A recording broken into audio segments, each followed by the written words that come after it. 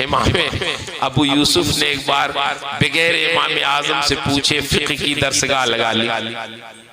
किसी ने कहा हजरत आपके शागिर्द ने तो दरसगाह लगा ली फिक्र की, अब तो दारुल इफ्ता खोल लिया उन्होंने, मसला बताते हैं। हमने कहा अच्छा इमाम अबू यूसुफ ने बगैर इजाजत की? अच्छा चलो ठीक है, जाओ जी जरा एक मसला पूछ के आओ। एक साहब को भेजा है इमाम सामने, कहा जाओ उनसे पूछो। एक शख्स ने एक धोबी को अपना कपड़ा दिया धुलने के लिए, जब लेने के लिए गया तो उसने कहा कि आपने तो मुझे कपड़ा नहीं दिया, मुझे याद नहीं आता। फिर कुछ दिन के बाद उसने कहा नहीं आपने कपड़ा दिया था, मुझे याद आया। तो अब बताइए कि धुलवाने की मजदूरी जिसने कपड़ा दिया था उस पर वाजिब है कि नहीं है? पूछो मसला इमाम अबू यूसुफ से। तो गए, उन्होंने मसला पूछा तो इमाम साहब ने बता दिया था। अगर कहें कि हाँ देना है मजदूरी तो कहना ये भी गलत है, कहें नहीं देना है तो कहना ये भी गलत है। कहे उन्होंने पूछा कि हजरत एक साहब ने ऐसे ही कपड़ा धुलने के लिए दिया, धोबी ने इनकार कर दिया देने से, तो अब बाद में उसने इतराफ किया तो धुलवाई देना चाहिए उनको कि नहीं? उन्होंने कहा देना चाहिए। उनका नहीं गलत है। कहा फिर सर झुकाया, सोचा नहीं देना चाहिए, कहा ये भी गलत है। इमाम अबू यूसुफ समझ गए कुछ मसला जरूर है, क्या बात है? कहा किसने भेजा है? इमाम साहब दौड़े हुए वहां से आए। तो इमाम साहब ने कहा लगता है धोबी वाला मसला तुम्हें लेके आ गया है। बगैर इजाजत बैठ गए दारुल इफ्ता में। तो कहने का मतलब ये है इल्म तो किताबों से भी मिल जाता है, मोबाइल से भी मिलता है इल्म, लेकिन नूरे इल्म अदब व एहतराम असातिज़ा के अदब से मिलता है, बुजुर्गों के अदब से मिलता है। बाअदब रहिए, मुअद्दब रहिए, अपने माँ बाप का एहसान समझिए, अपने असातिज़ा का एहसान समझिए। मदरसे की जो खिदमत करते हैं अराकीन मुंतज़मीन कहाँ कहाँ से बेचारे इकट्ठा करते हैं। सदर मुदर्रिस साहब आपके खाने का इंतजाम, आपके रहने का इंतजाम, मतबख में खाना नहीं है तो कहाँ कहाँ से मांग के लाके खुद भूखे रहते हैं लेकिन आपको खिलाते हैं, आपके रहने का इंतजाम करते हैं। इसलिए जब हाथ उठाइए तो अपने माँ बाप के लिए भी दुआ करिए, अपने असातिज़ा के लिए दुआ करिए, अपने मादरे इल्मी के लिए दुआ करिए, अपने उन मुआविनीन मुखलिसीन के लिए दुआ कीजिए जिनके पैसों से, जिनके ताउन से आप आलिम दीन। कभी मादरे इल्मी को भूलिए नहीं, अपने उस्ताद को न भूलिए, अपने मोहसिनीन को न भूलिए। यही इल्म का तकाजा है। कुछ लोग अपने उस्तादी के खिलाफ खड़े हो जाते हैं, सोचते हैं हम बहुत काबिल हो गए। ठीक है, वो शागिर्द काबिल हो जाता है उस्ताद से भी ज्यादा, लेकिन बेटा कितना भी काबिल हो जाए तो क्या बाप से आगे बढ़ जाए? नहीं बढ़े। बाप का अपना एक मकाम, उस्ताद का अपना एक मकाम है। पढ़ाया तो इसीलिए जाता है कि आप बहुत काबिल हो जाएं, बहुत बड़े आलिम हो जाएं, हमसे भी बहुत बड़े आलिम हो जाएं। लेकिन इसका मतलब ये नहीं है कि सबके अब सर पे पैर रखकर आप अपनी जिंदगी गुजारे। नहीं, फिर तो जो खिदमत दीन होनी है वो नहीं हो पाएगी। इसलिए अदब व एहतराम बहुत जरूरी है, तवाज़ो जरूरी है, इनकिसारी जरूरी है। और ये सोचिए कि अल्लाह ने हमें अपने दीन की खिदमत के लिए चुन लिया है, हमें दीन की खिदमत करनी है। अल्लाह ने इसीलिए हमें पैदा किया है। इसी जज्बे से जब आप काम करेंगे तो इंशाअल्लाह पूरी जिंदगी कभी फक्र फाका काम कर लूंगा। बकी बिन मखलत कहते हैं मैंने फकीरों का प्याला लिया, और उस जमाने में भीख जो मांगते थे वो ये नहीं कहते थे मुझे कुछ दे दो, मैं फकीर हूँ, मैं साइल हूँ, बल्कि जब किसी दरवाजे पे जाते तो कहते अजरुकुम अलल्लाह, अजरुकुम अलल्लाह। जब कोई ये सदा लगाता किसी दरवाजे पे तो घर वाले समझ जाते कोई साइल है मांगने। कहते हैं मैंने भी जाके वो प्याला लेके हाथ में इमाम अहमद बिन हम्बल के घर के सामने दरवाजे के सामने कहा, अजरुकुम अलल्लाह, अजरुकुम अलल्लाह। थोड़ी देर के बाद इमाम अहमद बिन हम्बल ने दरवाजा खोला, हाथ में चंद दिरहम लेके वो निकले और जैसे ही मेरे उस प्याले में डालना चाहा, मैंने कहा हुजूर आपसे कुछ बात कर। मैं फकीर नहीं, मैं मंगता और भिखारी नहीं हूं जो आप समझ रहे हैं। मैं रसूलुल्लाह की हदीसें आपसे सीखने के लिए उंदुलुस से आया हूं। उन्होंने कहा अल्लाह के बंदे तुम्हें नहीं मालूम, हाकिमे वक्त नाराज होकर मुझको नजरबंद कर दिया, न कोई मुझसे मिल सकता है न मैं किसी से मिल सकता हूं। तुम मुझे बताओ मैं तुम्हें रसूलुल्लाह की हदीसें कैसे पढ़ाऊं। तो मैंने कहा मैं अर्ज करता हूं हुजूर, मैं रोज आना इसी तरह आके अपना प्याला लेके आपके दरवाजे पे सदा लगाऊंगा, आप चंद दिरहम लेके बाहर निकलिएगा, अगर कोई नजर आएगा तो वो सिक्के डाल दीजिएगा मेरे कटोरे में, मैं चला जाऊंगा फकीर बन के, और अगर कोई नहीं नजर आएगा तो कम से कम एक दो हदीसें सरकार की बयान कर दीजिएगा, मैं सीख के चला जाऊं।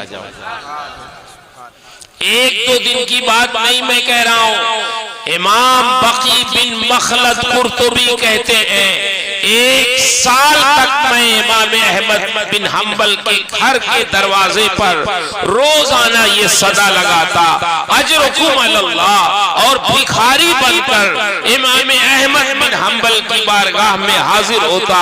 वो बाहर निकलते सिक्के लेके, अगर कोई नजर आ जाता तो मेरे उस बर्तन में अपने दिरहम डाल देते, मैं चला जाता, और अगर कोई नजर नहीं आता तो वो कहते हद्दसना फुलान अन फुलान अन फुलान अन रसूलुल्लाह सल्लल्लाहु अलैहि वसल्लम, सरकार की हदीसें बयान करते, मैं सुन लेता, उसे याद करता।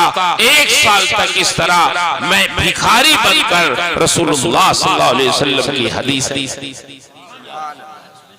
मुझे बताओ कितनी मेहनत की है लोगों ने इल्म हदीस हासिल करने में, तब लोग आलिम बने हैं। ये इल्म का खजाना जो आज पहुंचा है, बड़ी बड़ी मशक्कतों के साथ पहुंचा है। मैं अपने इन उलमा से अर्ज करूंगा जो आलिम हो रहे हैं कि आपके आलिम बनने में आपके माँ बाप की मेहनतें बहुत पोशीदा है, आपके असातिज़ा की कुर्बानियां बहुत है, आपके उन मुआविनीन मुखलिसीन की कुर्बानियां हैं जिनके ताउन से आप आलिम दीन बने हैं। इसलिए इस इल्म की कदर बहुत जरूरी है।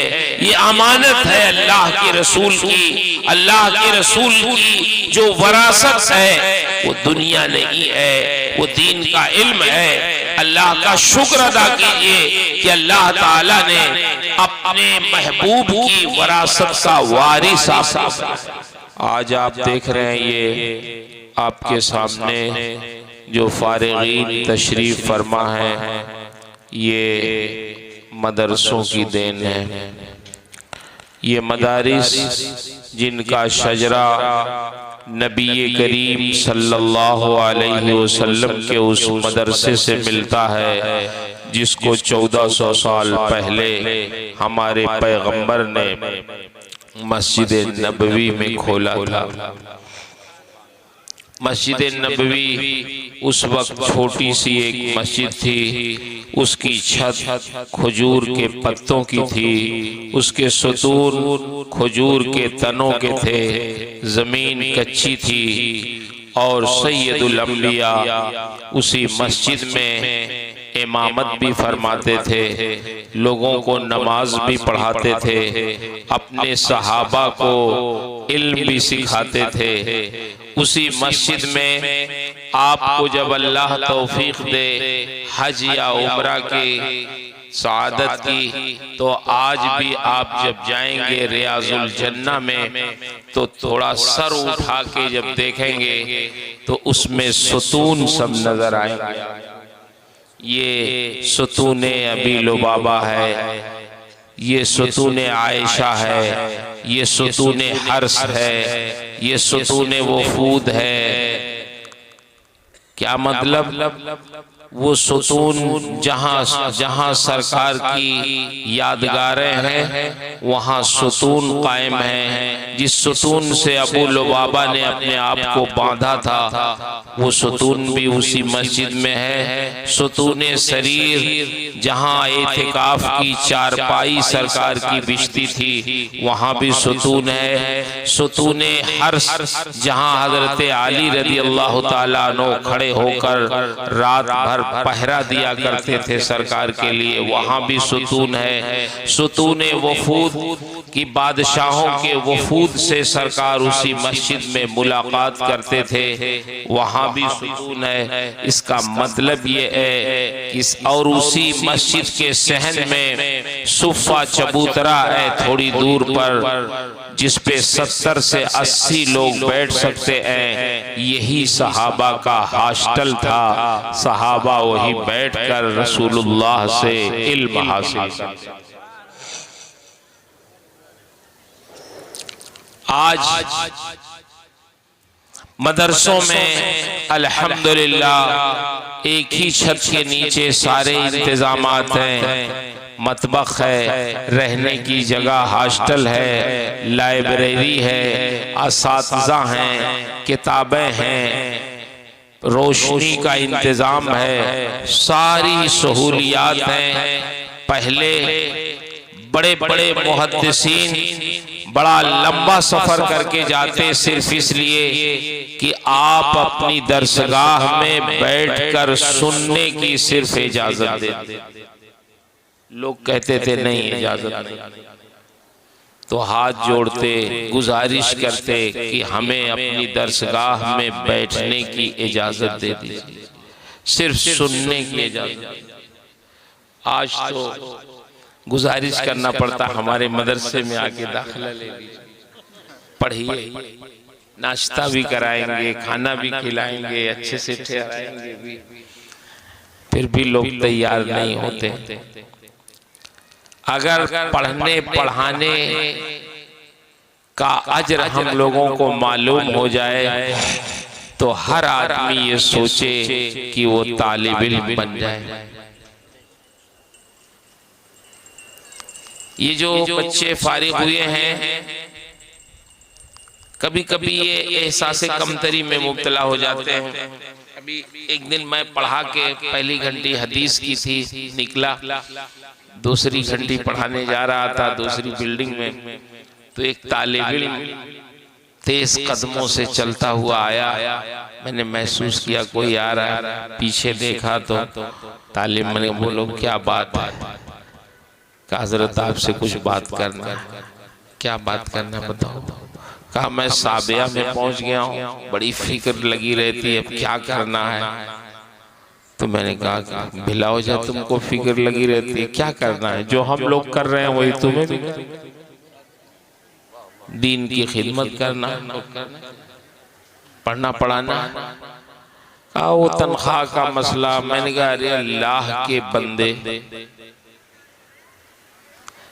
इस दुनिया में जो अल्लाह को अपना रब नहीं मानते, अल्लाह उन्हें भी रोजी देता है, और तुम उसके दीन की खिदमत करोगे तो अल्लाह तुम्हें भूखा मारेगा। कैसे तुमने समझ? अल्लाह पे भरोसा रखो, अल्लाह तुम्हें आसूदा फरमाएगा, तवक्कुल रखो, कनात करो। ये बच्चे जो फारिग होते हैं, जब तक हम लोग पढ़ाते हैं तो समझ में बात नहीं आती कि ये कितने काम के हैं। शरारत भी करते हैं, बदमाशी भी करते हैं। कभी कभी हॉस्टल में जाइए तो पता चलता है ये पंखे के पर सारे टेढ़े क्यों हैं। तो बच्चे बताते हैं हजरत रात में ये बच्चे उसमें अपना रुमाल डालकर उसमें झूलते हैं, तो पंखे जो इनके फायदे के लिए लगाए जाते हैं उसको भी खराब।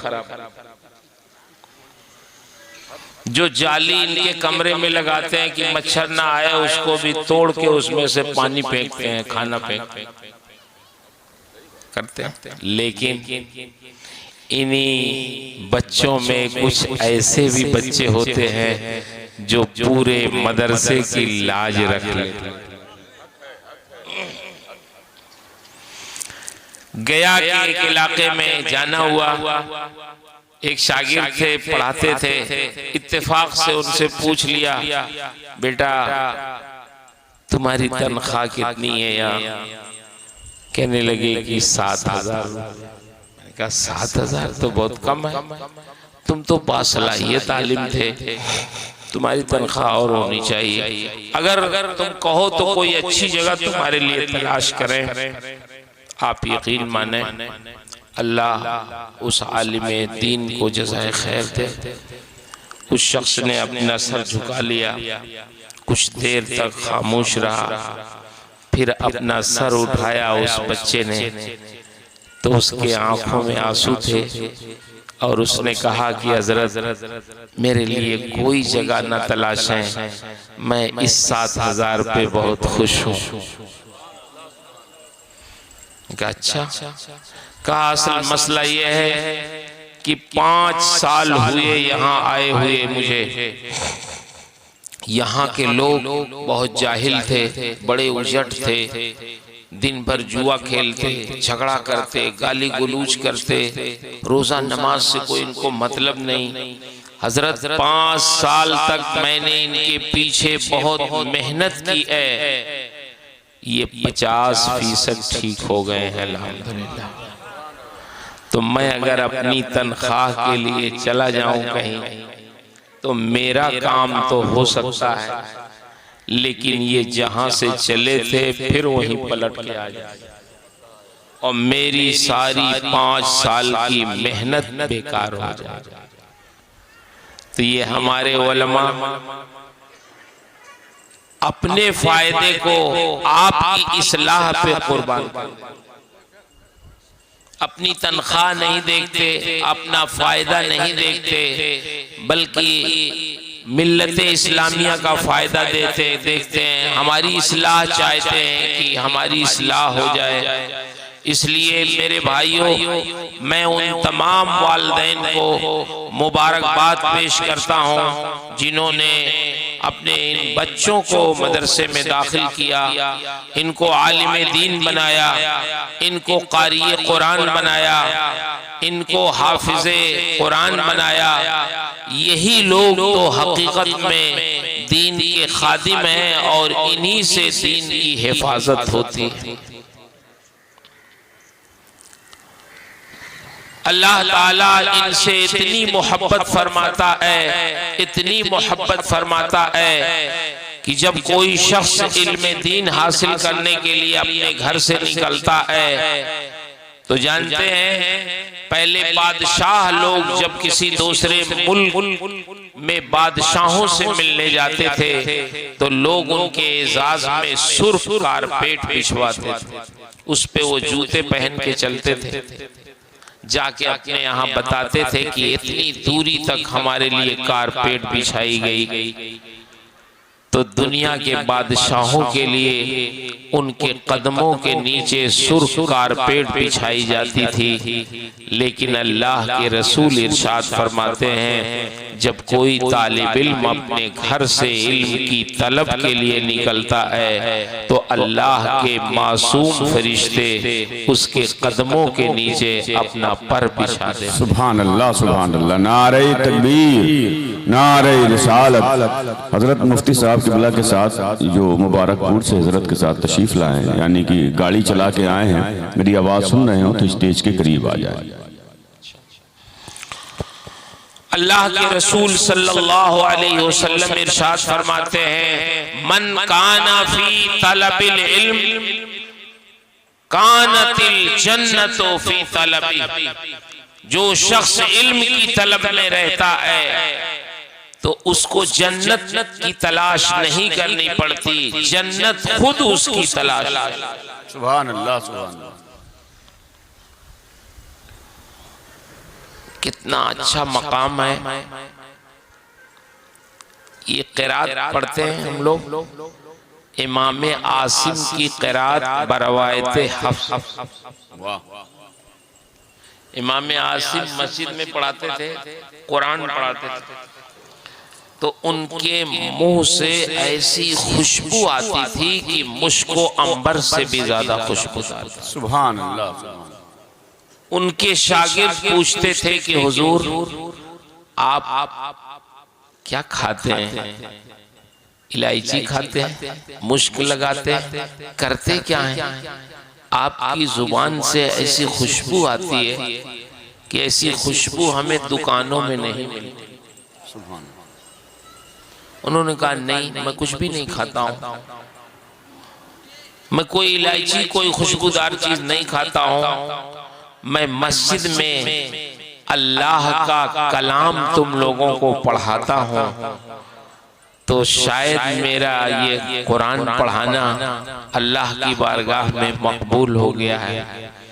वजह यह है कि एक दिन मैं सोया तो ख्वाब में सैयदुल अम्बिया तशरीफ लाए और इरशाद फरमाया कि आसिम तुम मेरे रब का कलाम बहुत अच्छी तरह अपने शागिर्दों को पढ़ाते हो, तो अपने वो होठ करीब करो, मैं तुम्हारे होठों का बोसा देना चाहता हूं जिससे तुम अल्लाह का कलाम।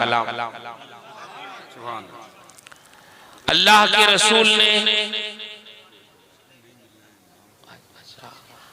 उसका नाम सालिम ड्राइवर, सालिम ड्राइवर अगर हो, मेरी आवाज सुन रहे हो तो स्टेज के करीब आओ।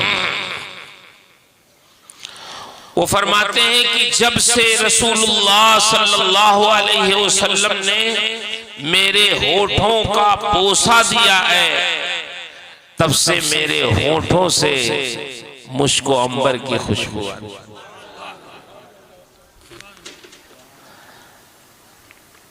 कैसी कैसी मेहनत लोगों ने की है। अच्छा, एक चीज और देखें, मदीने के सबसे बड़े कारी थे हजरत उबय बिन काब।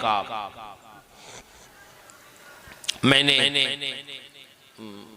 काजी साहब वो संभल में हजरत हुजूर अमीन मिल्लत मद्दसिल्लहुल आली तशरीफ फरमा थे स्टेज पे, तो एक मौलाना साहब फाजिल साहब हमारे जामिया शरीफिया के फारिग हैं, उन्होंने का एक मदरसा खोला, उसके लिए जलसा किया। तो मैंने उनसे ऐसे ही तज़किरतन कह दिया कि मौलाना साहब इल्मे क़िराअत का मदरसा अगर आप खोल रहे हैं तो नाम क्या रखा है? अगर नाम ना रखे हो तो मेरा मशवरा यह है कि हजरत उबय बिन काब के नाम से उसको मंसूब कर दीजिए, क्योंकि वो मदीने के सबसे बड़े कारी थे। तो उन्होंने कहा हजरत मैंने नाम तो पहले कुछ दूसरा रख दिया। हजरत अमीन मियाँ साहब क़िबला मद्दसिल्लहुल आली, अल्लाह उनकी उम्र में सेहत में बरकतें अता फरमाए, वो स्टेज पे थे तो उन्होंने कहा कि बरकाती साहब ने कह दिया है तो बात तो नहीं कटनी चाहिए, कुछ न कुछ होना चाहिए। चलो मैं एक हाल बनवाऊंगा बहुत बड़ा जिसका नाम होगा उबय बिन काब। सुभान अल्लाह, सुभान। फिर मैं 1-2 साल के बाद संभल गया तो मौलाना साहब ने बताया कि हजरत ने तो हाल की बात की थी मगर मेरा पूरा मदरसा बनवा दिया उन्होंने। सुभान अल्लाह। दिखाया बड़ा खूबसूरत मदरसा। उबय बिन काब के बारे में सरकार की बारगाह में वही नाजिल हुई, अल्लाह ने वही नाजिल फरमाई, महबूब जाओ उबय बिन काब के पास और कुरान एक रिवायत में सुनो, एक में सुनाओ। सरकार तशरीफ ले गए, फरमाने लगे उबय सूरह बय्यना सुनाओ। उन्होंने कहा हुजूर अब मैं आपको सुनाऊंगा कुरान, कुरान आप पर नाजिल हुआ है, आप पढ़ेंगे जितना अच्छा हम लोग पढ़ सकते, आप कुरान पढ़ें हम सुनेंगे। सरकार ने इरशाद फरमाया उबय नहीं तुम पढ़ोगे हम सुनेंगे। तो हजरत उबय बिन काब ने अर्ज किया हुजूर क्यों ऐसा फरमा रहे हैं? अल्लाह के रसूल ने फरमाया अल्लाह ने वही भेजी है कि उबय से कहो। हजरत उबय बिन काब फरमाते हैं, अर्ज करते हैं हुजूर क्या अल्लाह ने मेरा नाम लेके फरमाया? सरकार ने इरशाद फरमाया, हाँ उबय तुम्हारा नाम लेके अल्लाह ने वही नाजिल फरमाई।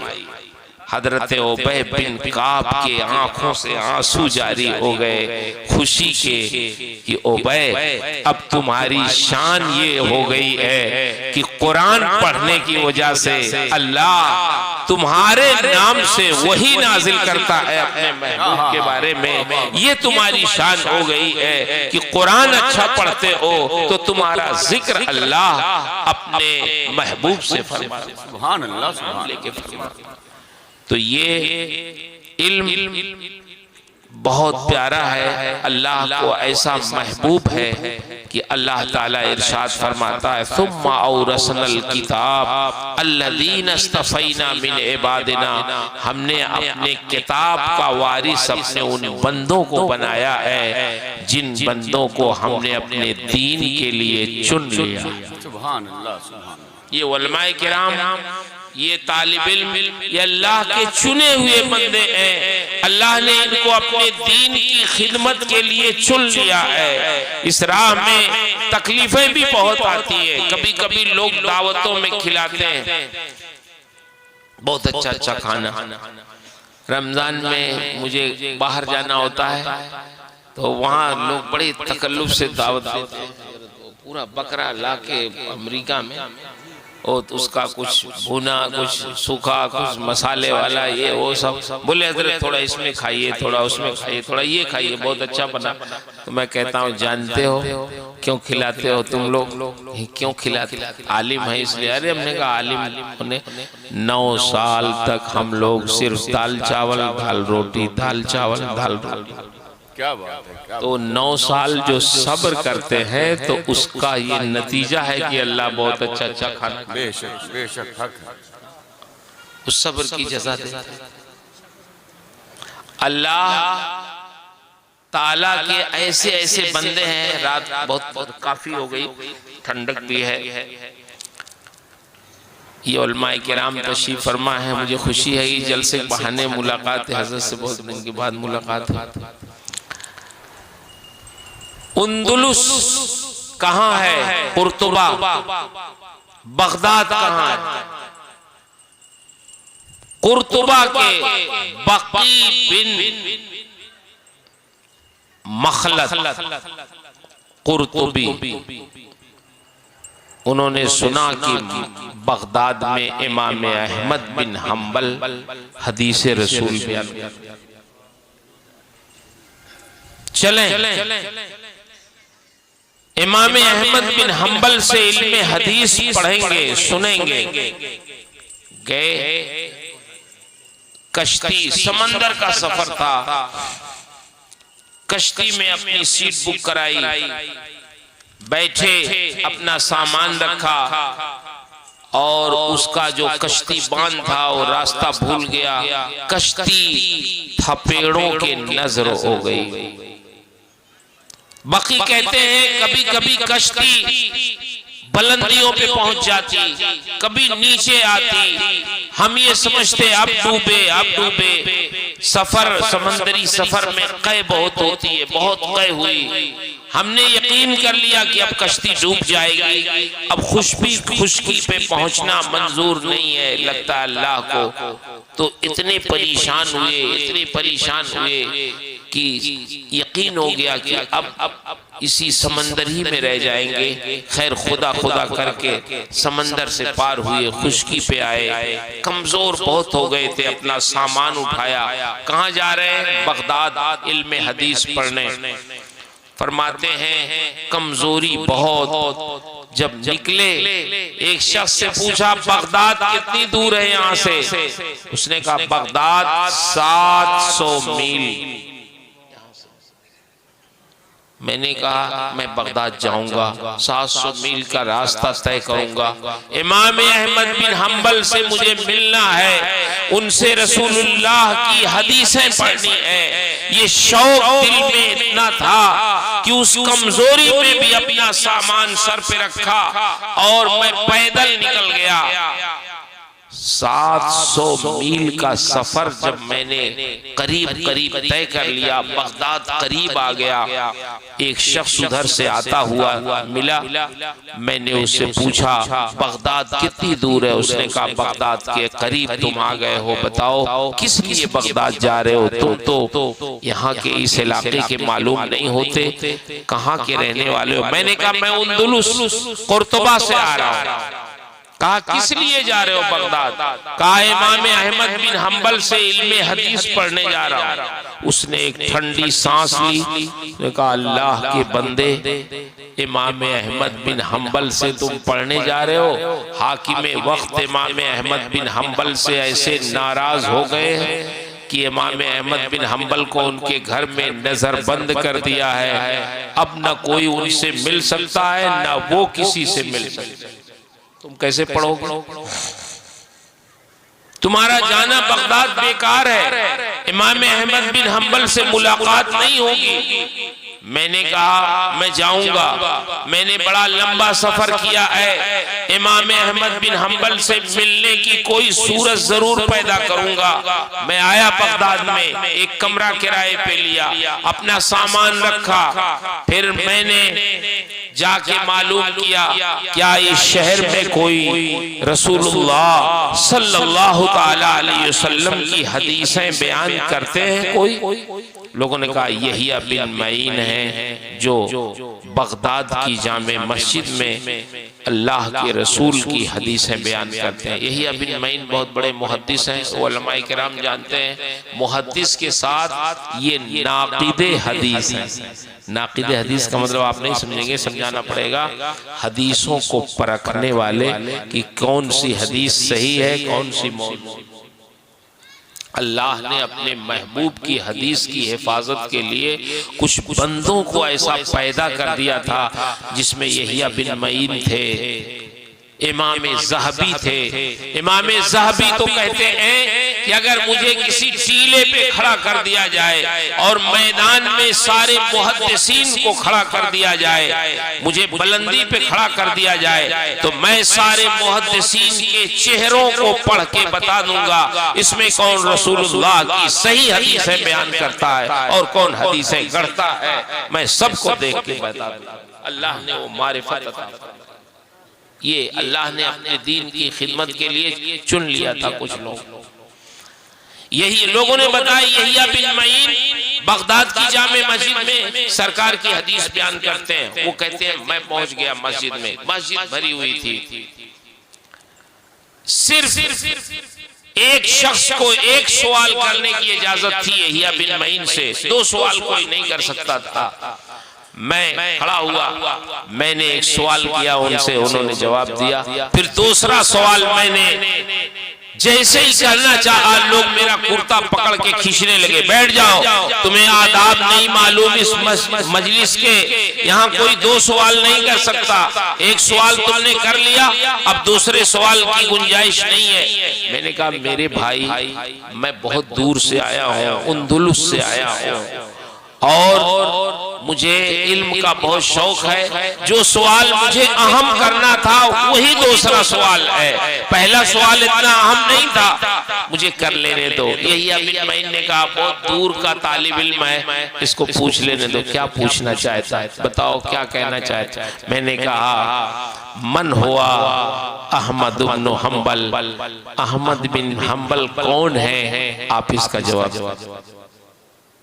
लोगों की गर्दनें झुक गईं, खामोश हो गए। कहें तो क्या कहें, हाकिम वक्त नाराज है उनसे, अगर कहें कि बहुत बड़े आलिम है तो कहीं हमें भी न जेल में डाल डाल, और ये कह दें कि अच्छे आदमी नहीं है तो ज़मीर के खिलाफ। लोग खामोश हो गए। यहिया बिन मईन ने सर झुकाया, फिर सर उठाया, इरशाद फरमाया हुआ इमामुल मुस्लिमीन।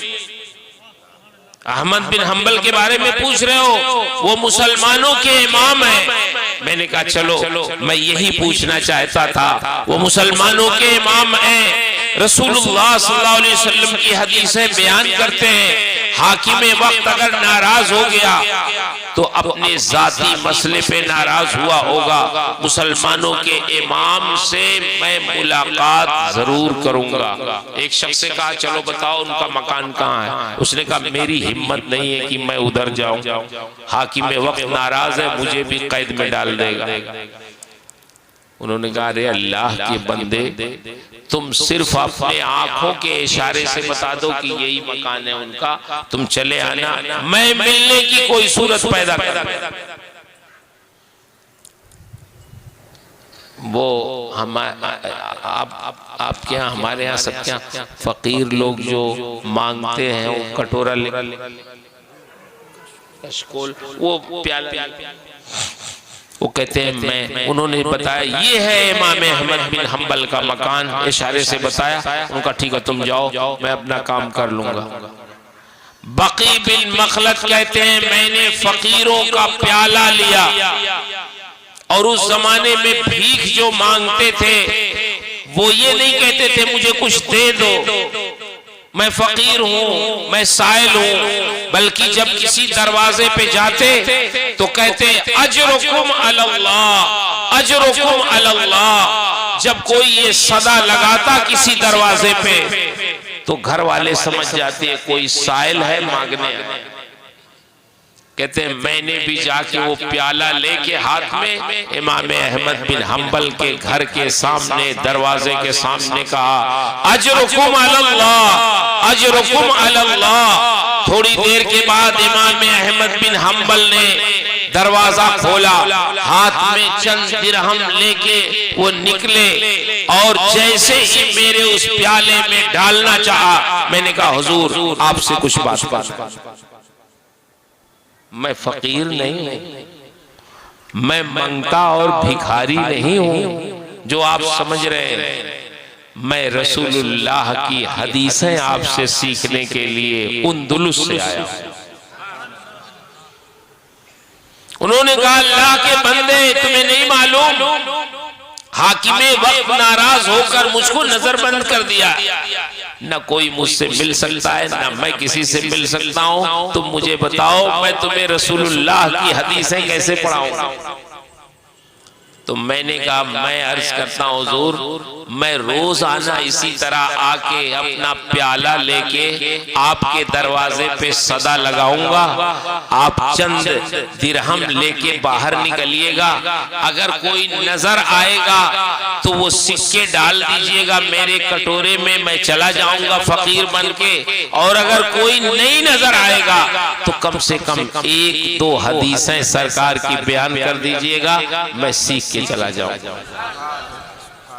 एक दो दिन की बात नहीं मैं कह रहा हूं। इमाम बकी बिन मखलद कुर्तुबी कहते हैं 1 साल तक मैं इमाम अहमद बिन हम्बल के घर के दरवाजे पर रोजाना ये सदा लगाता अजरुकुम अलल्लाह, और भिखारी बनकर इमाम अहमद बिन हम्बल की बारगाह में हाजिर होता।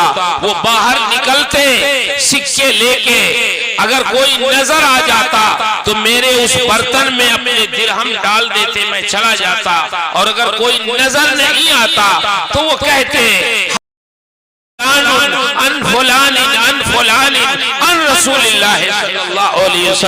सरकार की हदीसें बयान करते, मैं सुन लेता, उसे याद करता।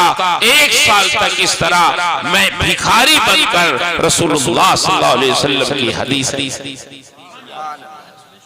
मुझे बताओ कितनी मेहनत की है लोगों ने इल्मे हदीस हासिल करने में, तब लोग आलिम बने हैं। ये इल्म का खजाना जो आज पहुंचा है बड़ी बड़ी मशक्क़तों के साथ पहुंचा है। मैं अपने इन उलमा से अर्ज करूंगा जो आलिम हो रहे हैं कि आपके आलिम बनने में आपके माँ बाप की मेहनतें बहुत पोशीदा है, आपके असातिज़ा की कुर्बानियां बहुत है, आपके उन मुआविनीन मुखलिसीन की कुर्बानियां हैं जिनके ताउन से आप आलिम दीन बने हैं। इसलिए इस इल्म की कदर बहुत जरूरी है। ये अमानत है अल्लाह के रसूल की। अल्लाह के रसूल की जो वरासत है वो दुनिया नहीं है, वो दीन का इल्म है। अल्लाह का शुक्र अदा कीजिए कि अल्लाह ताला ने अपने महबूब की वरासत का वारिस आप।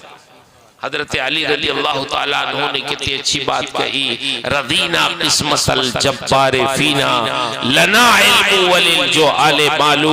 अल्लाह की उस तक़सीम पे हम बहुत खुश हैं कि अल्लाह ने हमारे हिस्से में इल्म रखा और अवाम के हिस्से में मालो दौलत रखा। मालो दौलत लुट जाया करता है, कभी कभी उसकी रहजनी होती है, उसकी चोरी हो जाती है, मगर आलिम का इल्म कभी चोरी नहीं। हाँ, एक बात मैं अर्ज कर दूं, अदब के साथ आलिम का इल्म चोरी हो जाता है। कब चोरी होता है? जब आलिम ये समझने लगता है कि इस शहर में मैं ही एक आलिम हूँ, बकिया सब बेवकूफ है, जाहिल है, मैं ही एक पढ़ा लिखा हूँ। जब ये ज़हन में बात पैदा हो जाए तो समझ जाओ उस आलिम का इल्म चोरी हो। जब कोई ये समझने लगे कि ये सब स्टेज पे जितने बैठे हैं सब पढ़े लिखे, मैं ही एक बहुत बड़ा अल्लामा हूँ, मैं ही एक जानकार हूँ, सब मेरे नीचे हैं, कोई कुछ नहीं है। जब ये गुरूर पैदा हो जाए, जब नखवत पैदा हो जाए, तो ये समझ जाए कि सालिम का इल्म चोरी, उसकी रहजनी हो गई, नूरे इल्म से खाली हो गया है। इल्म इनकिसारी लाता है, तवाज़ु लाता है। नबी करीम सल्लल्लाहु अलैहि वसल्लम जैसा आलिम कौन हो सकता है?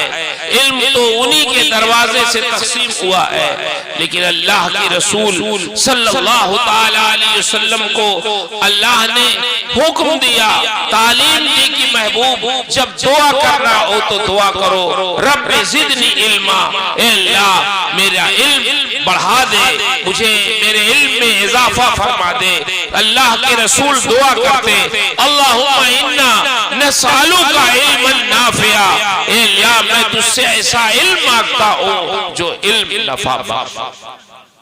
तो हमेशा इल्म नाफे की दुआ करना चाहिए। मैं अपने इन फारिग होने वाले बच्चों से अर्ज करूंगा, अपने को आलिम ना आप समझे ना हम समझे, हम सब लोग तालिबे इल्म हैं। अल्लाह के रसूल ने फरमाया, माँ की गोद से लेके कब्र की गोद तक इल्म हासिल करने का।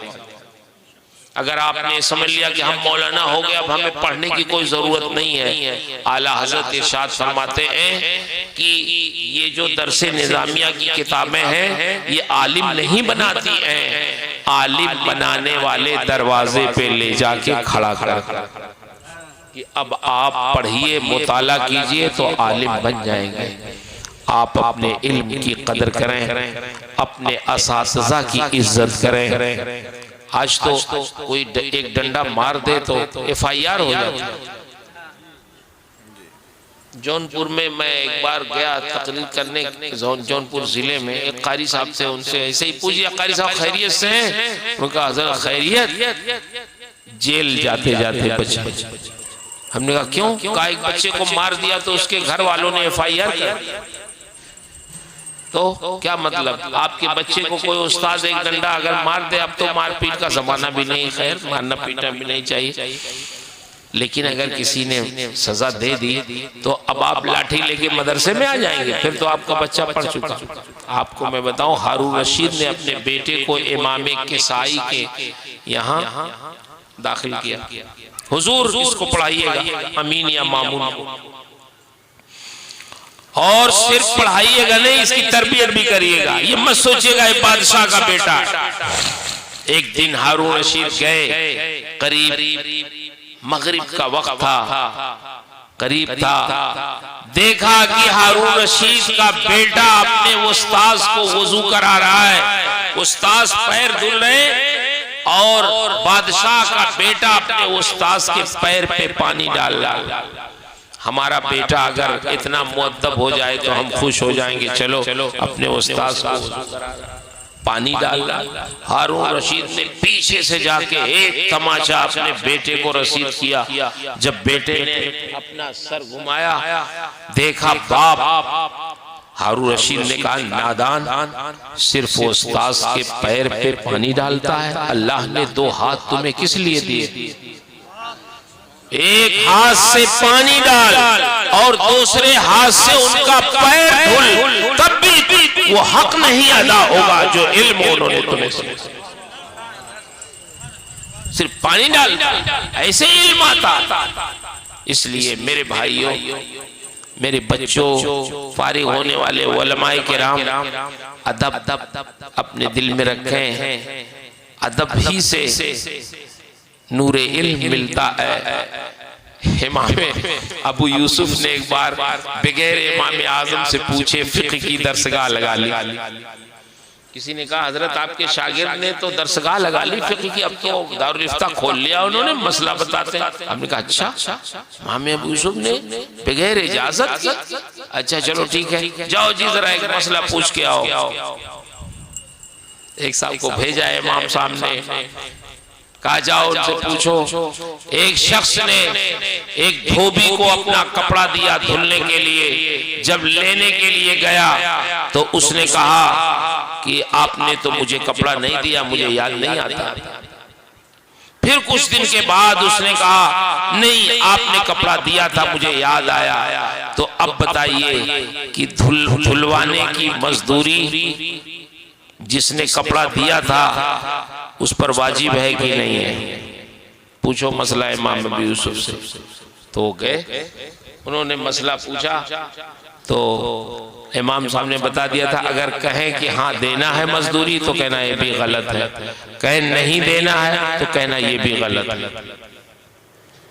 कहे उन्होंने पूछा कि हजरत एक साहब ने ऐसे ही कपड़ा धुलने के लिए दिया, धोबी ने इनकार कर दिया देने से, तो अब बाद में उसने इतराफ किया तो धुलवाई देना चाहिए उनको कि नहीं? उन्होंने कहा देना चाहिए। उनका नहीं गलत है। कहा फिर सर झुकाया, सोचा नहीं देना चाहिए, कहा ये भी गलत है। इमाम अबू यूसुफ समझ गए कुछ मसला जरूर है, क्या बात है? कहा किसने भेजा है? इमाम साहब दौड़े हुए वहां से आए। तो इमाम साहब ने कहा लगता है धोबी वाला मसला तुम्हें लेके आ गया है। बगैर इजाजत बैठ गए दारुल इफ्ता में। तो कहने का मतलब ये है इल्म तो किताबों से भी मिल जाता है, मोबाइल से भी मिलता है इल्म, लेकिन नूरे इल्म अदब व एहतराम असातिज़ा के अदब से मिलता है, बुजुर्गों के अदब से मिलता है। बाअदब रहिए, मुअद्दब रहिए, अपने माँ बाप का एहसान समझिए, अपने असातिज़ा का एहसान समझिए। मदरसे की जो खिदमत करते हैं अराकीन मुंतज़मीन, कहाँ कहाँ से बेचारे इकट्ठा करते हैं। सदर मुदर्रिस साहब, आपके खाने का इंतजाम, आपके रहने का इंतजाम, मतबख में खाना नहीं है तो कहाँ कहाँ से मांग के लाके खुद भूखे रहते हैं लेकिन आपको खिलाते हैं, आपके रहने का इंतजाम करते हैं। इसलिए जब हाथ उठाइए तो अपने माँ बाप के लिए भी दुआ करिए, अपने असातिज़ा के लिए दुआ करिए, अपने मादरे इल्मी के लिए दुआ करिए, अपने उन मुआविनीन मुखलिसीन के लिए दुआ कीजिए जिनके पैसों से, जिनके ताउन से आप आलिम दीन। कभी मादरे इल्मी को भूलिए नहीं, अपने उस्ताद को न भूलिए, अपने मोहसिनीन को न भूलिए। यही इल्म का तकाजा है। कुछ लोग अपने उस्ताजी के खिलाफ खड़े हो जाते हैं, सोचते हैं हम बहुत काबिल हो गए। ठीक है, वो शागिर्द काबिल हो जाता है उस्ताद से भी ज्यादा, लेकिन बेटा कितना भी काबिल हो जाए तो क्या बाप से आगे बढ़ जाए? नहीं बढ़े। बाप का अपना एक मकाम, उस्ताद का अपना एक मकाम है। पढ़ाया तो इसीलिए जाता है कि आप बहुत काबिल हो जाएं, बहुत बड़े आलिम हो जाएं, हमसे भी बहुत बड़े आलिम हो जाएं। लेकिन इसका मतलब ये नहीं है कि सबके अब सर पे पैर रखकर आप अपनी जिंदगी गुजारे। नहीं, फिर तो जो खिदमत दीन होनी है वो नहीं हो पाएगी। इसलिए अदब व एहतराम बहुत जरूरी है, तवाज़ो जरूरी है, इनकिसारी जरूरी है। और ये सोचिए कि अल्लाह ने हमें अपने दीन की खिदमत के लिए चुन लिया है, हमें दीन की खिदमत करनी है। अल्लाह ने इसीलिए हमें पैदा किया है।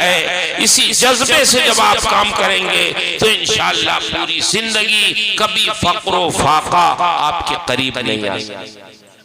दीन की खिदमत करने वाले कभी भूखे नहीं मरते। अल्लाह ताला आप हजरात को हम सबको इल्म नाफ़े अता फरमाए। मैं इनके वालिदैन को, इनके असातिज़ा किराम को मुबारकबाद पेश करता हूँ। अल्लाह ताला उनको जज़ाए खैर अता फरमाए। मैं इनके वालिदैन से और आप सब लोगों से कहता हूँ, पढ़ाने में बहुत मेहनत है, बहुत मेहनत है। हजरत नाराज ना होइएगा, पीरी मुरीदी में इतनी मेहनत नहीं है जितना पढ़ाने में मेहनत है।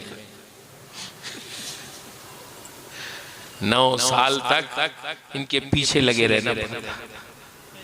ये गाली भी देते हैं, कभी कभी बुरा भी कहते हैं उस्ताद, लेकिन उस्ताद पीछे लगे रहते चलो अब सुधरेंगे, अब सुधरेंगे, अब सुधरेंगे। 9 साल, कभी कभी कड़ाके की ठंडियों में इनके हॉस्टल में जाकर इनका कमरा खुलवाकर रात के 2-2 बजे इनका लिहाफ उठा के देखना पड़ता है। ये सो रहे हैं कि मोबाइल से खेल रहे हैं। बच्चे आपके होते हैं, फिक्र इनके असातिज़ा को कि कहीं ये बिगड़ने ना पाए, ये खराब ना होने पाए, फिर कहीं जाके ये आलिम दीन बनते हैं। तो माँ बाप को भी इनके असातिज़ा का एहसान समझना चाहिए। पुरलिया बंगाल का एक जिला है, एक बार वहाँ जाना हुआ जलसे में, तो ऐसे ही दस्तार बंदी हुई। कोई शायर साहब हो तो जरा नाराज ना होंगे, वो खड़े हुए और उन्होंने अब इनकी वो मनक़बत पढ़नी शुरू की तो नोटों की बारिश। खैर ठीक है, अच्छा दिया आपने। फिर हमारा नंबर आया, हमने कहा यार तुम लोग बहुत गंवार मालूम होते हो, बंगाल के लोग तो होशियार होते हैं, तुम लोग बहुत गंवार हो। ये बताओ आज इनाम तुम्हें किसको देना चाहिए? ये शायर साहब तो अभी चले जाएंगे, मौलाना मसूद साहब भी चले जाएंगे, फिर मुड़ के देखेंगे नहीं। आज तो तुम्हें इनाम उनको देना चाहिए जिन असातिज़ा ने इनको पढ़ाया। कहाँ कारी साहब? तो कारी साहब बेचारे कहीं पीछे बैठे थे, हाफिज साहब जिन्होंने हिफ्ज़ पढ़ाया था। मैंने कहा हाफिज साहब यहाँ सामने आइए आप। लोग उनको पहचान भी नहीं रहे थे कि ये वो उस्ताद है। इधर उधर से आके लोग अपना पैसा लेके जा रहे हैं, और जिस गरीब ने 3-4 साल तक मेहनत करके उन बच्चों को हाफिज बनाया, लोग उस बेचारे को पहचान भी नहीं रहे उस्ताद कौन है। मैंने कहा यहाँ आप बैठिए और खबरदार आप कोई 1 रुपया भी इधर उधर नहीं देगा, जिसको इनाम देना है कारी साहब, और बगैर दिए जाना भी नहीं है, सुन लो। तो खैर वो सब लोग खड़े हुए और मैंने कहा सलाम करो, पैसे के साथ सलाम करो। तो सब लोग आए, इतना रुपया इकट्ठा हुआ। मैंने कहा कारी साहब के रुमाल में बांधिए और कारी साहब लेके जाइए, किसी से गिनवाइए कभी नहीं, खुद ही गिनिएगा, कमरे में ले जाइए। तो कारी साहब बहुत खुश हुए, गए, जलसा खत्म हुआ। उन्होंने कहा हजरत आज आपने तकरीर बहुत अच्छी कर दी, तो कदर करिए, असातिज़ा की कदर करिए। अल्हम्दुलिल्लाह मैंने तो अपनी आदत बना ली है कि फजर के बाद जब अल्लाह तौफीक देता है तिलावत की और कुछ औराद हो जाए, तो मैं तकरीबन 20 मिनट तक अपने असातिज़ा, वालिदैन, अपने मुहिब्बीन, मुखलिसीन, तलामज़ा, अपने मुआविनीन, सबके लिए दुआ करता हूँ। इसलिए कि अल्लाह के रसूल ने फरमाया है अगर तुम्हारे ऊपर कोई एहसान करे तुम उसका बदला ना अदा कर पाओ तो उनके लिए दुआ करो, ये दुआ भी उनके एहसान। इसलिए अपने असातिज़ा के लिए भी दुआ करिए, अपने माँ बाप के लिए दुआ करिए, अपने मुआविनीन और मुखलिसीन के लिए दुआ करिए। कभी कभी जब दुआएं आप करेंगे तो ये तार ऐसा जुड़ जाता है कि आप तन्हाइयों में दुआ करेंगे, लेकिन उनका फोन आएगा, मौलाना साहब खैरियत से है? हाँ खैरियत से। कैसे आपने याद किया? नहीं मौलाना साहब आपकी याद आ रही थी इसलिए फोन किया। तो समझ में आता है जब आप किसी को याद करेंगे तो वो भी आपको इंशाअल्लाह याद। बस अब बहुत ज्यादा कुछ मुझे नहीं कहना है, बहुत ठंडक है, हमारे उलमाए किराम ठंडक में बैठे हुए हैं सिर्फ दिलजुई में। अल्लाह ताला आपको हम सबको तौफीक खैर से नवाजे। मैंने जो कुछ भी अर्ज किया इसमें जो हक कहा, जो सही कहा, वो सब मेरे रब की तरफ से है। मेरे बयान में, मेरी ताबीर में, मेरे